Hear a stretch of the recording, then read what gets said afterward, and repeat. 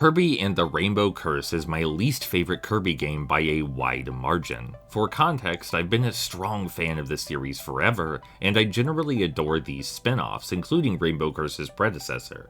But Rainbow Curse is just lacking in any personality or pacing. It's effectively a collectathon with an arbitrarily cumbersome control scheme, wherein you're scored on how thoroughly you explore.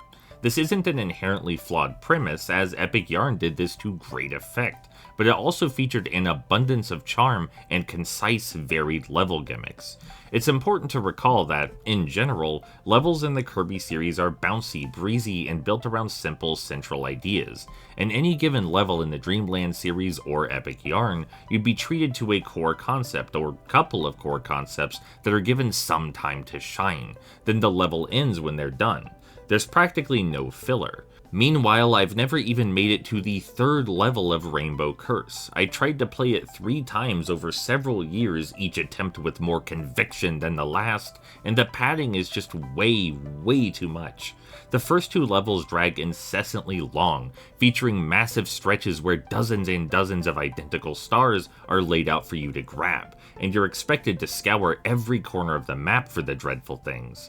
If you asked me to identify the visual or mechanical distinctions between the first 2 levels for you, I could not. Apparently one of them features a big tree, but it sure doesn't feel any different functionally from the other. I do recall that I collected 793 stars on level 2, and apparently that's only enough for a silver rank. 793 stars is too few.